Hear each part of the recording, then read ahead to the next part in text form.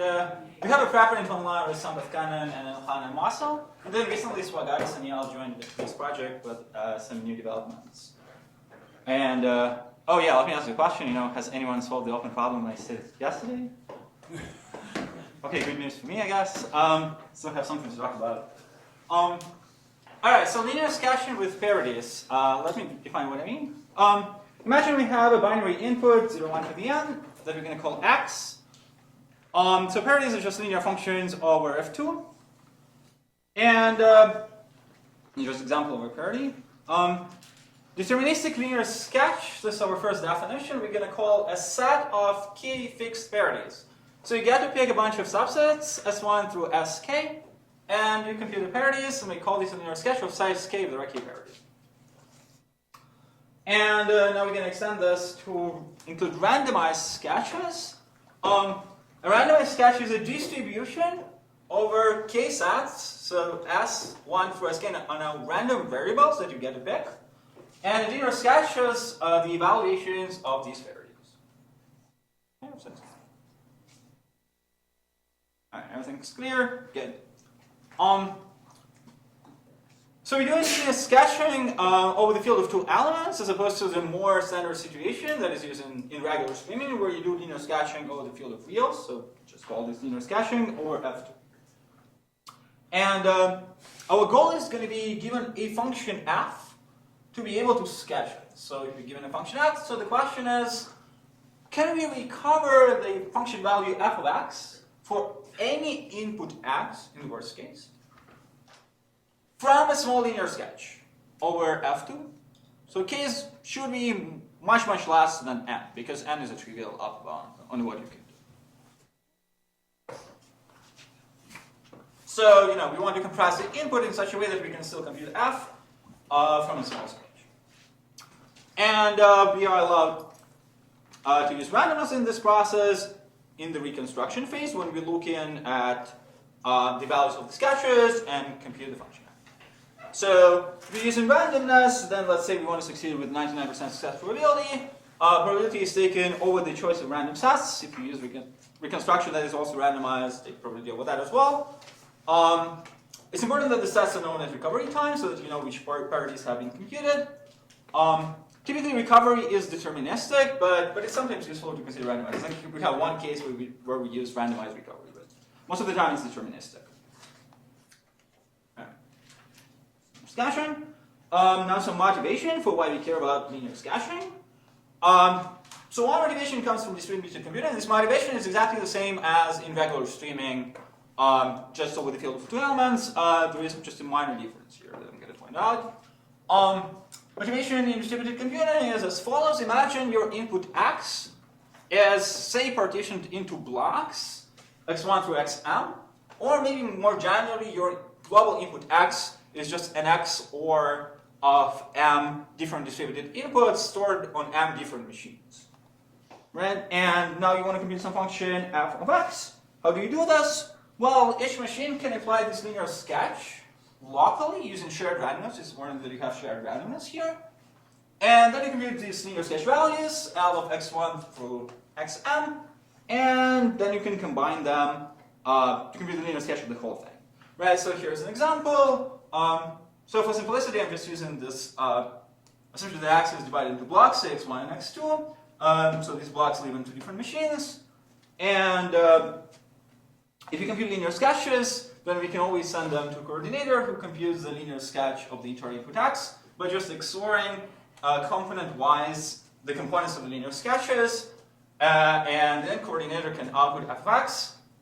With all communication, k times m is just one round of parallel communication to the coordinator. Okay.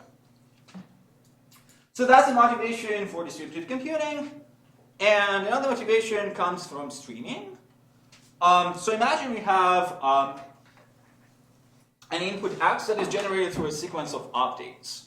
So we start with an all-zero vector x, that I'm going to call x0 here, and we apply a bunch of updates to it, where each update flips one bit. So sequence updates I1 through IM, where update IT just flips that bit at position I sub t. Right, so imagine I have updates 1, 3, 8, 3, flip this vector, flip the first bit, flip the third bit, flip the 8th bit, and then flip the third bit back. So I get this final vector x, and I want to know what the function value is on these x, right? So this again can be done using linear sketches, because you're just maintaining the corresponding parities, and you update them when you see bit flip, you flip the corresponding parities that contain this bit in your sketch. Okay. So far so good? So notice that there is a bit of a difference here between this streaming setting and the standard streaming setting. So in the standard streaming setting that Jelani described yesterday, there are different models, but suppose we're talking about turnstile streaming, so there you get to update your vector with increments delta I. And your increments can be either positive or negative. So in this case, there is only one type of increment. So the increment only flips the bit. So in that sense, you cannot really simulate the streaming model with regular streaming because you wouldn't know in which direction to flip the bit, right? So when you apply an update, you don't know what the coordinate is, the update says flip, and you don't know whether you're going to add or subtract because you don't know what it is. Right? So you cannot simulate the streaming model with a regular turnstile streaming. Is that clear? So I can't just count and then take parity and having a I count how many updates and then... Well, so you have to count for every coordinate, right? And that's a lot of space. That's n space, if you were to count for every coordinate, right? So k should be much, much less than that. Right? This is an odd question. Right. I think this is a model and it's not captured by the other streaming one. Is there an example problem which is somewhat natural?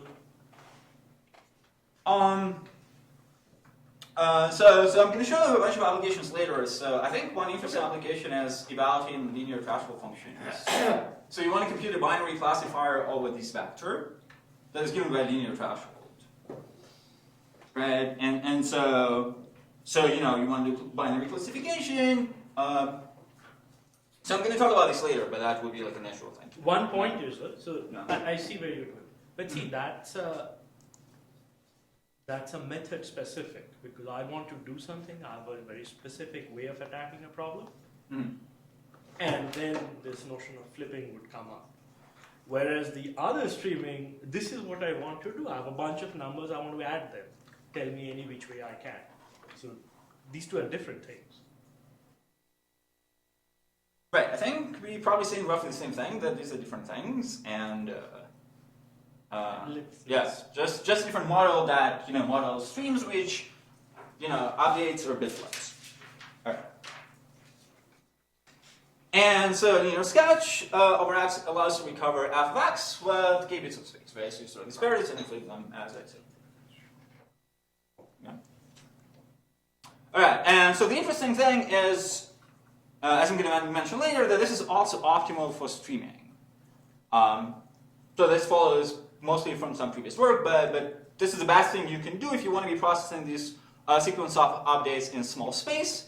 The best thing you can do is to keep a bunch of linear sketches and update them as you go along.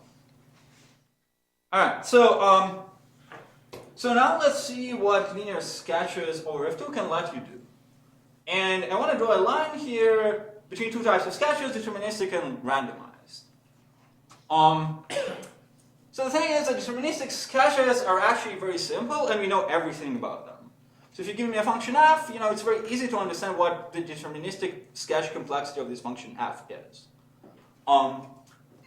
So the function f can be computed from a size k deterministic linear sketch, if and only if it looks like some other function g just applied to this bunch of parities. So that's not a very easy way to verify, what the complexity is, because how do you know how to pick k and how to pick g? But luckily, in the Fourier domain, this has a nice interpretation that's equivalent to the notion of Fourier dimension of a Boolean function f. Okay, so deterministic sketch complexity is exactly what is called Fourier dimension. So I'm going to describe what this is later. Sorry, one more question. Yeah. Is there some notion of non-adaptability here? Because I get the parity on S1, and then based on that, I look at what my S2 is going to be. Right. So that should be picked in advance. That's a good question. And that's So you pick not- them that's all not of them at once from the same distribution. You cannot pick them. It's not even a distribution thing. So for the deterministic case, are the sets S1 through Sk allowed? So you cannot look at the value of chi S1 to pick your S2 if that's what you want to do. That's what I was Yeah, asking. no, you cannot do that. They're not allowing that. Right. So the sets are fixed Good. Okay. before you get to compute the parities on the input. Okay. Good. Right. Okay. Great. So and I'm going to explain what this Fourier dimension thing is later on. But the point is that randomization can be more powerful than deterministic sketching in this context. And let's give you one useful example to illustrate this phenomenon: an OR function. So think of an OR function of n bits, f of x. And I mean, it's not hard to convince yourself. We'll do this formal Fourier dimension argument to show that you cannot really compute an OR function from less than n deterministic sketches because it has this Fourier dimension n, and intuitively, even if you have n minus 1 many parities computed, still OR is undetermined. But with randomness, it's much easier to do this because, okay, so this is an OR function, right? So if I want to know OR function on x, all I really care about is there some input that is set to 1? So how do I know this? Well, I can pick log 1 over delta random sets as 1 through st, and if at least one parity evaluates to 1, then there is some bit set to 1. Right, so then I output 1, otherwise I output 0, error probability is going to be delta. Right, because if there is some 1 in the input, I'm going to capture it with probability 1 minus delta, and we get it. Right. All right, good. So that's a good example of how randomization can help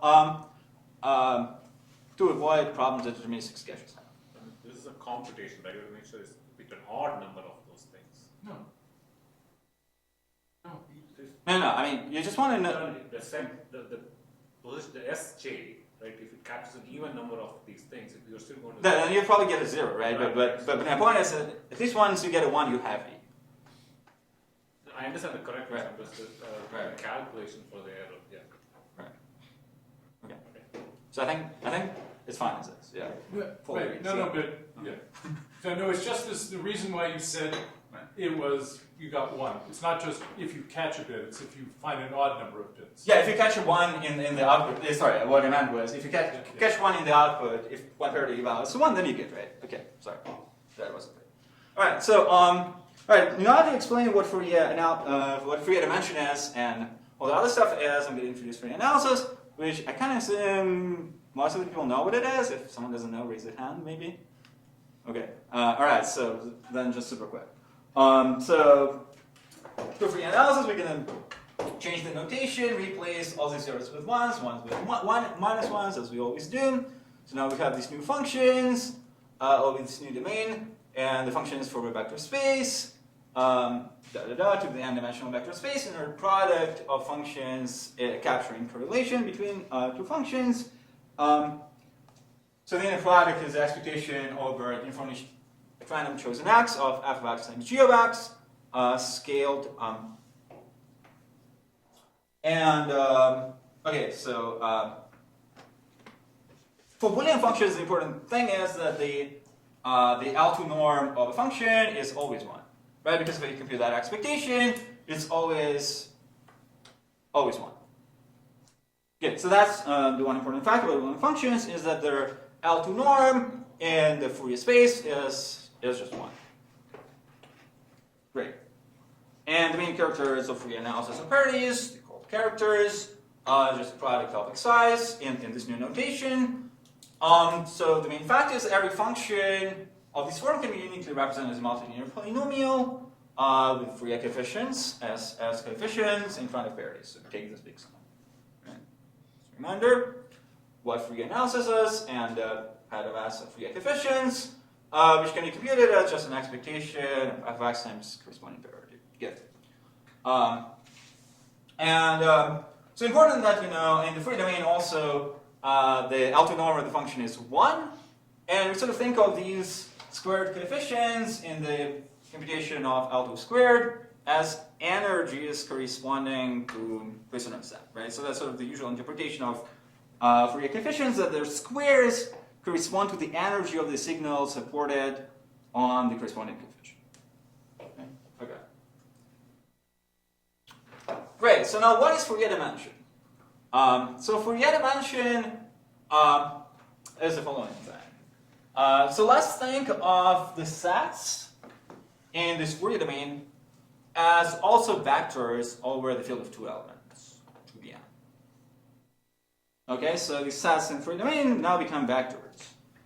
And Fourier dimension is the smallest dimension which contains the entire energy of your spectrum in the Fourier domain, right? So the function has Fourier dimension k. If there is a k-dimensional subspace in the Fourier domain, so the sum of squared Fourier coefficients in this k-dimensional subspace is exactly 1.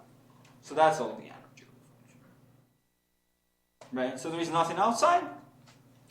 And so why is this useful? Because this means that in this multilinear polynomial, we don't have to take this summation over all sets. We only take summation over the subspace of dimension k, right? Because that's the same. And this means that if you want to sketch the function f, let's pick any basis as 1 through sk in this ak, compute the parities on these bases, and then we compute parities on all the sets in the subspace just by taking linear combinations. Right? So this means that we now have a sketch of size k by just computing the parities on the basis vectors. All right, is that so good? All right. Great. So what can deterministic sketching do for us? So I'm going to describe some of these results in terms of the basis function plus noise. So we're going to look at like the functions that kind of look like k-dimensional, but maybe there is some noise function that has been added, and this noise function, suppose, has a bounded norm of some sorts. So that we can still handle these scenarios. So, right? So now we know that we can handle the truly low-dimensional functions in the Fourier domain, but we can also handle, interestingly enough, the functions which look like low-dimensional plus some extra noise of bounded norm of some kind. Okay? So deterministic sketching already can handle a certain interesting type of noise. Alright, so that's going to be the general setup. So the function f will be represented as a k-dimensional function. That's easy to sketch, plus this noise that we're going to show is also easy to sketch. This is sort of the generic way of getting upper bounds for these noisy functions. So one interesting type of noise that can be handled using indeterministic sketches is L0 noise in the Fourier domain. It's a very interesting result by Sun Yao from 2015. Imagine the spectrum of the function looks like a k-dimensional function plus this Fourier L0 noise. What do I mean by Fourier L0 noise? I mean a function that has a small number of non-zero Fourier coefficients.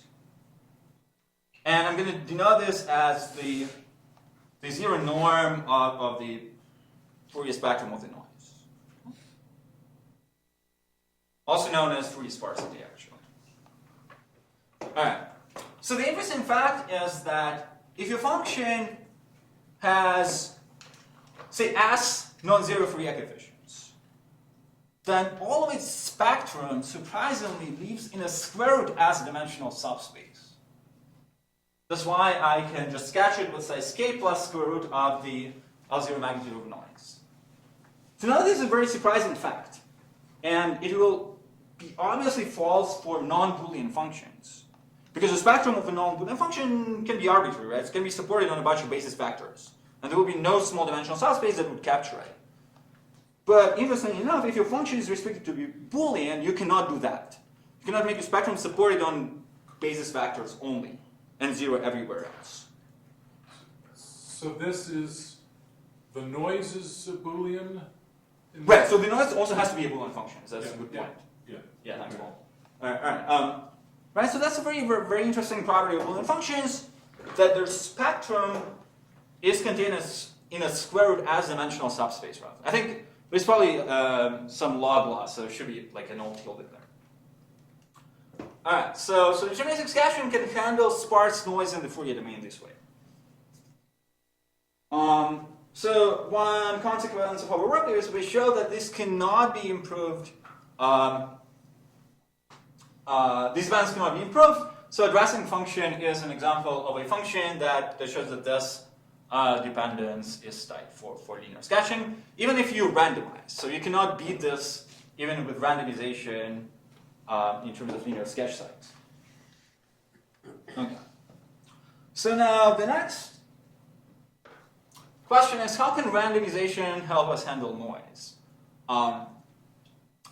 So randomization can help us handle two types of noise. One is what I'm going to call L0 noise in the original domain, which is basically a very straightforward thing. You can just generalize this trick of random parities like we use for OR function. So if your function looks like k-dimensional plus L0 noise in the original domain now, then there is a linear sketch of size k plus log of the number of noisy points. Right? And again, this is sort of optimal, but only existentially. There exists f. It's not optimal, for any given function that looks like this. So in this case, it makes more sense to have a Boolean L0 noise, right? Because your function's a Boolean function, so it's natural for your... Right. Well, I guess there's a factor too, but because it's plus, I don't know whether you're doing 0, 1, plus. The other one, is there particular motivation in the Fourier domain to have Boolean noise? Yeah, I don't know. It's more like a theoretical motivation, I guess, at this point. Yeah. Okay. Right. Okay. But yeah, good point. I guess maybe that's the most naturalized here. And another very interesting fact is that one can also handle L1 noise in the Fourier domain if your function looks like k-dimensional plus Fourier L1 noise. If your noisy function has bounded L1 norm, then linear sketch size will be k plus squared L1 norm of the Fourier noise. And so using the parity protocol by Gromov. So examples of functions which have bounded Fourier L1 norm are small decision trees and like functions started in Lunian theory because people care about Fourier L1 norm in Lunian theory. Great, so this is sort of the story about k-dimensional functions plus noise. So now, the next question is, okay, so we have this notion of randomized sketching, it can do something for us. How can we show some lower bounds against randomized sketching? And here's the first naive approach that I'm going to suggest. If your function is an affine extractor of dimension k, then every k-dimensional sketch is going to be making constant error. So what is an affine extractor? So an affine extractor is a function that you restrict on any k-dimensional affine subspace. Still the value of the function is undetermined. So it's either 0 or 1 with constant probability. And this should be obvious why this is a lower bound, right? Because, okay, so I got a bunch of parities, I can compute their values. If I see the values only, that gives me a restriction to an affine subspace, right? But we know that on every affine subspace, a k-dimensional, this affine extractor still takes value 0, 1 with constant probability. Right, so we don't know what the output, right? Even if we see all the parity values on like any affine subspace of dimension k. All right. Great, and so this way you can get lower bounds for functions like linear product. This is an extractor for linear dimension, so you cannot sketch linear product. Okay. So, however, this extractor argument is not great, and sometimes we can do much better. And so we have a sharper argument that talks about Fourier concentration of the function that you're interested in. So formally, if your function is not what we say gamma concentrated on any k-dimensional Fourier subspace, namely the total energy outside of any k-dimensional subspace is at least 1 minus gamma. Right, so what does this mean, right? Like if I look at any small k-dimensional subspace, then the total energy outside is pretty large. then any k-dimensional linear sketch is going to be making pretty large error. So think of gamma as a constant here, for example. Right? Then you're making a constant error if you're not constant concentrated. All right, so this would be like a natural way of extending the deterministic stuff where we know exactly that you have to be concentrated on that subspace with no error. But unfortunately, you cannot just take this as a converse. So the fact that your function is concentrated on some low-dimensional subspace does not imply that there is a linear sketch for it. So it doesn't mean that, you can just capture most of the spectrum in a small dimensional subspace, and that's it.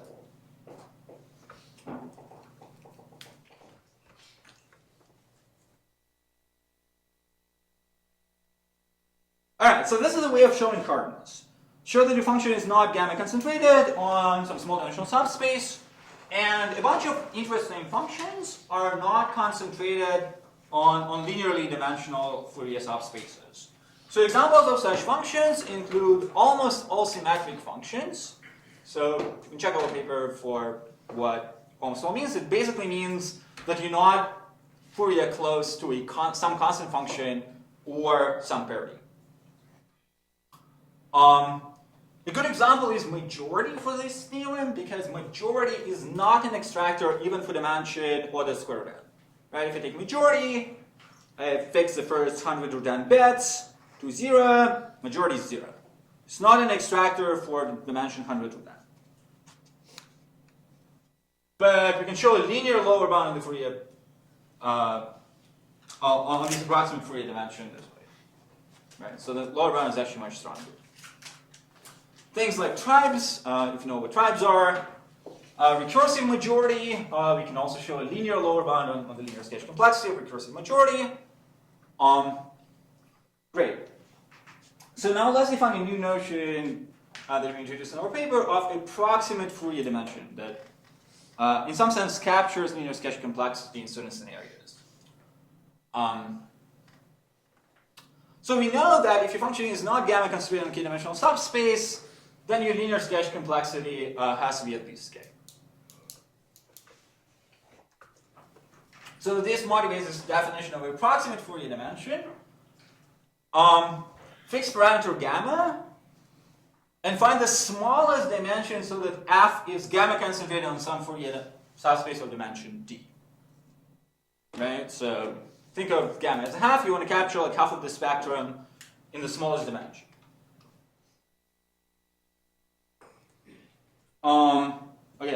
Okay, there is a little picture here. So this is like a three-dimensional subspace in the Fourier spectrum.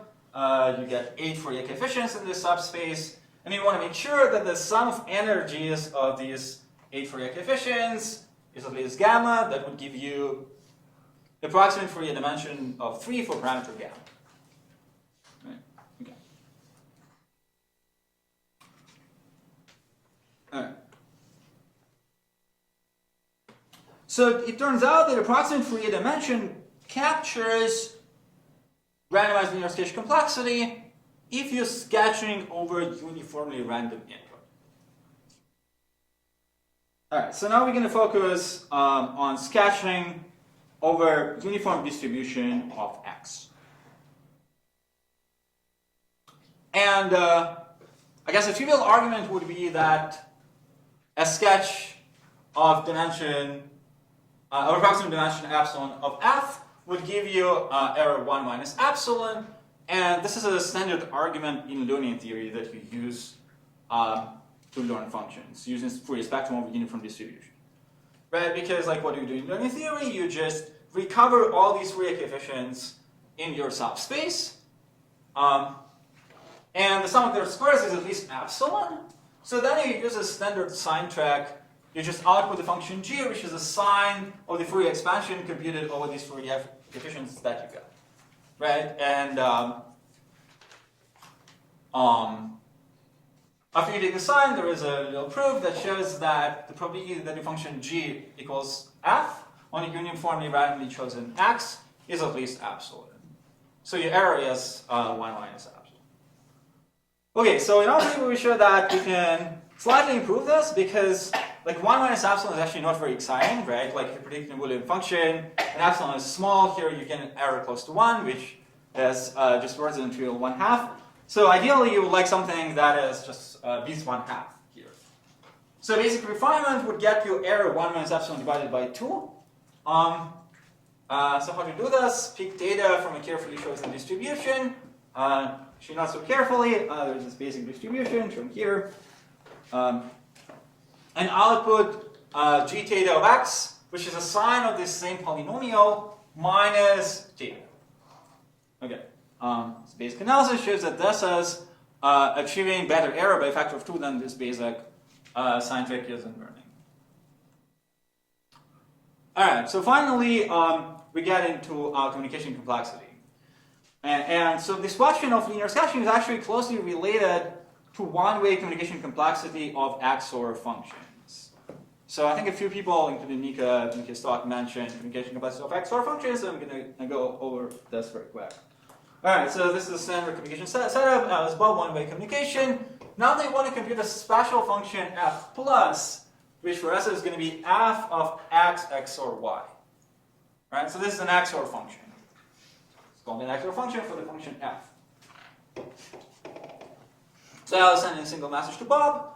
And for example, if I take the function f to be OR, then this is going to correspond to not equality of x and y. Right? Because we want to know if there is like one bit where they differ, there will be 1, and OR will catch it. If we take the function f to be the threshold Hamming weight, then we just computing Hamming distance greater than d function over x and y. Right? So these are some basic examples of natural XOR functions that come up in communication complexity. Not equality, Hamming distance greater than d, stuff like that. Okay. And yeah, so this is just a standard definition of one-way communication complexity for this function f plus with error epsilon. Right? R1 epsilon. And they use shared randomness here, obviously. Alright, so communication complexity of XOR functions is a well-studied notion in communication complexity. But unfortunately, we could not find any literature that would study exactly the version we want here. Because it's usually studied either in two-way communication setting, or it's deterministic, or something else, doesn't quite match what we want. But read a bunch of papers, and there are many reasons to be interested in communication complexity of XOR functions in general, in particular because it has connections to Lagrange conjecture. So read a lot about this. And even the special case of Lagrange conjecture for XOR functions is still wide open. Alright, so now let's look for a second at the deterministic one-way communication complexity of XOR functions. So why are we doing this? Because there's just standard definition of what deterministic complexity is. So the interesting thing is that for deterministic communication complexity, the linear sketch complexity exactly equals to the communication complexity of this game. Right? And that's a surprising fact. The proof is not too complex. Just the fact that deterministic one-way communication complexity is just a log of the number of different rows in your communication matrix. And then you do some Fourier analysis. It's like a one-line proof. And it turns out that Fourier dimension, or deterministic linear sketch complexity as we call it, is exactly the same thing. Okay. Yeah, so you know the deterministic linear sketch complexity is dln of f plus here, and so they all turn out to be the same and equal to the Fourier dimension of f. Okay. Okay, so now about how about randomize, right? That's the next natural question. So we have these notions defined. The randomized complexity of the communication problem, and we can define the minimum of the linear sketch complexity. Sorry, that should be function f, not f plus. With error epsilon. And so why is this communication game related to what we're talking about? Is because If you have a linear sketch, then we clearly have a one-way protocol. So the one-way communication complexity is clearly at most the linear sketch complexity. Right? Because Alice can just compute the parities over her input, send them to Bob. Bob computes the same set of parities over his input, and now he can also compute the parities over the input x XOR y. That's an important fact. He can just XOR the parities he got from Alice with his own parities, and he gets the parities over x XOR y. So this direction is a trivial direction. So the main question that we also asked yesterday was whether these two notions are actually the same or roughly the same. Right? Whether the other direction is true. Right, so this is the question, is the linear sketch complexity over F2 roughly the same as the communication complexity of this two-player communication game? Alright, so here's some evidence to back up this conjecture. So, paper we shows that it calls for all sorts of things. Functions like majority threads, recursive majority addressing function, we show the usual suspects in all sorts of communication conjectures. Linear threshold functions, almost all symmetric functions, and recently we also showed that it also holds roughly for degree d polynomials. So specifically, you lose a factor of d, and you lose a constant factoring the error. So for constant degree polynomials, it's just true. Otherwise, you lose a factor of degree. So someone asked yesterday, the analogous question, for two-way communication is actually wide open, and the analogous question would be to say that it's actually an open problem in this Fox paper 2016 to show that the query complexity of the best parity decision tree is bounded by the polynomial of the two-way communication complexity of the function f plus. So that's the main open problem in this paper by Hatami, Hosseini, and Lovett 2016. But there, seems like the relationship is a lot less tight. So why are these two questions related? Because our linear sketching model can be seen as the sort of the non-adaptive parity, no decision, no trees. Okay. Any questions? So this is what main conjecture. Yeah. All right. So let me talk real quick about some results that we have along these lines. So let's look at distributional version of this problem, and let's focus on one specific distribution, the uniform distribution over the input. And I'm going to tell you later what the motivation for that is. So imagine x and y are just drawn from uniform distribution over say 1 to the n. So we know that obviously randomized complexity is just by Yalop's principle is the problem over all distributions. This is notation for distribution complexity with respect to some distribution d. Right. So just standard distributional complexity. You have to consider deterministic messages. So motivation comes from streaming or distributed computing if your input is random. So in streaming, we often consider random streams, and it's natural to consider uniform distributed input in this case, going beyond average case, worst case. All right. So the main theorem over uniform distribution that we show is this one.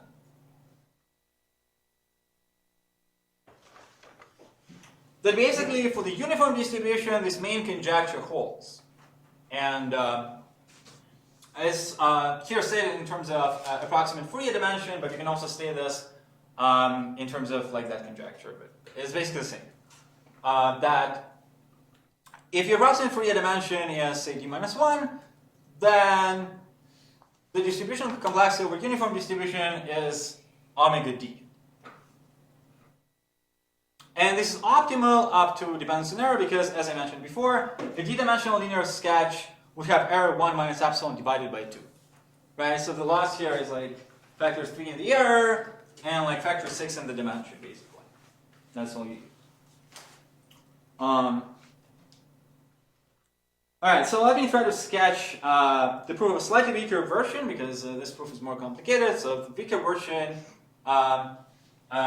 maybe looks slightly more complex, but imagine you have two parameters, epsilon 1 and epsilon 2, that sort of describe the Fourier dimension gap. So dimension with epsilon 1 and epsilon 2 is the same, equals d minus 1. Then the distributional error with error delta will be at least d. So that's the claim.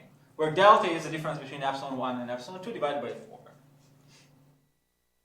So why is this useful? Because by just averaging over all dimensions, you can find some dimension where the gap between epsilon 1 and epsilon 2 is going to be roughly 1 over n. And that's going to be similar to that statement, but put with a loss in error, right? So instead of error 1 minus epsilon over 6, we're going to get error roughly 1 over n here. So this is a weaker version. You can find it in our manuscript, and we're currently working on the stronger version proof right now. Should be posted soon. All right, so but this is still already good enough for a bunch of functions, like for majority, etc. So roughly, how do we prove this? Okay, so we have a one-way communication problem. Else is sending one message. This message divides the communication matrix into combinatorial rectangles. And in this case, it's just a bunch of rows. So it's the message this, so this is just rectangles. And then what we show is that, okay, suppose the protocol has message length d minus 1, then the average rectangle size is roughly to the power n minus d plus 1. We say that a subspace A distinguishes inputs x1 and x2 if there exists a parity in this subspace such that the parities disagree on these two inputs. And we show a couple of technical lemmas. The first lemma says that we can fix a d-dimensional subspace AD such that for typical x1 and x2 in a typical rectangle, these x1 and x2 are distinguished by this subspace. It's lemma 1.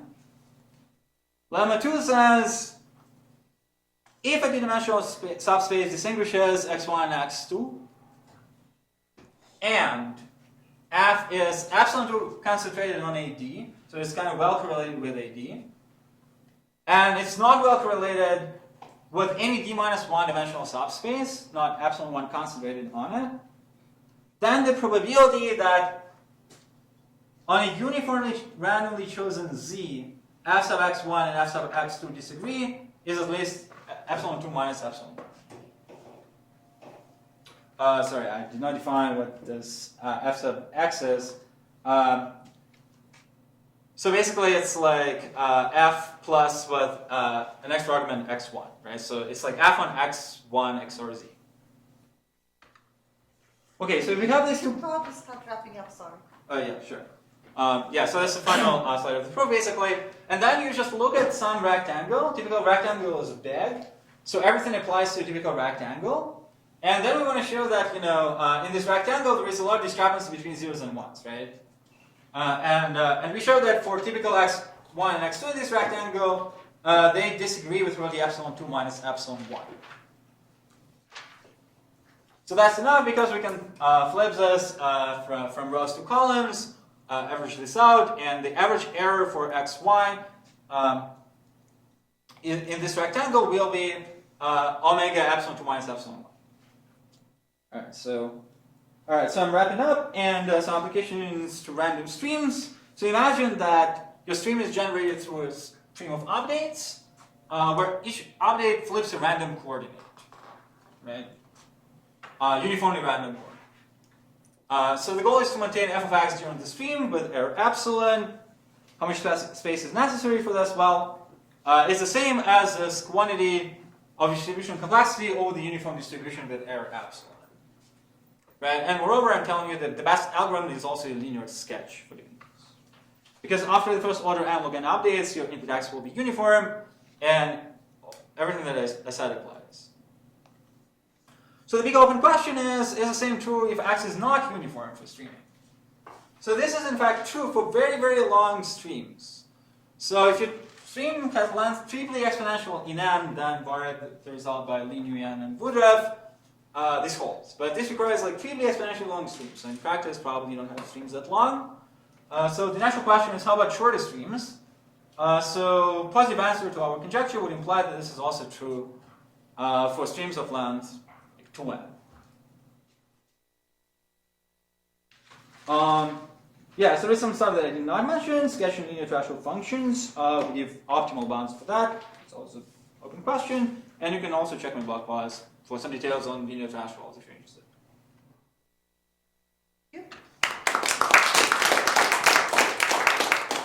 Maybe let's take one question while Joshua's getting set up. All right, well, thank you very much again. Thank you.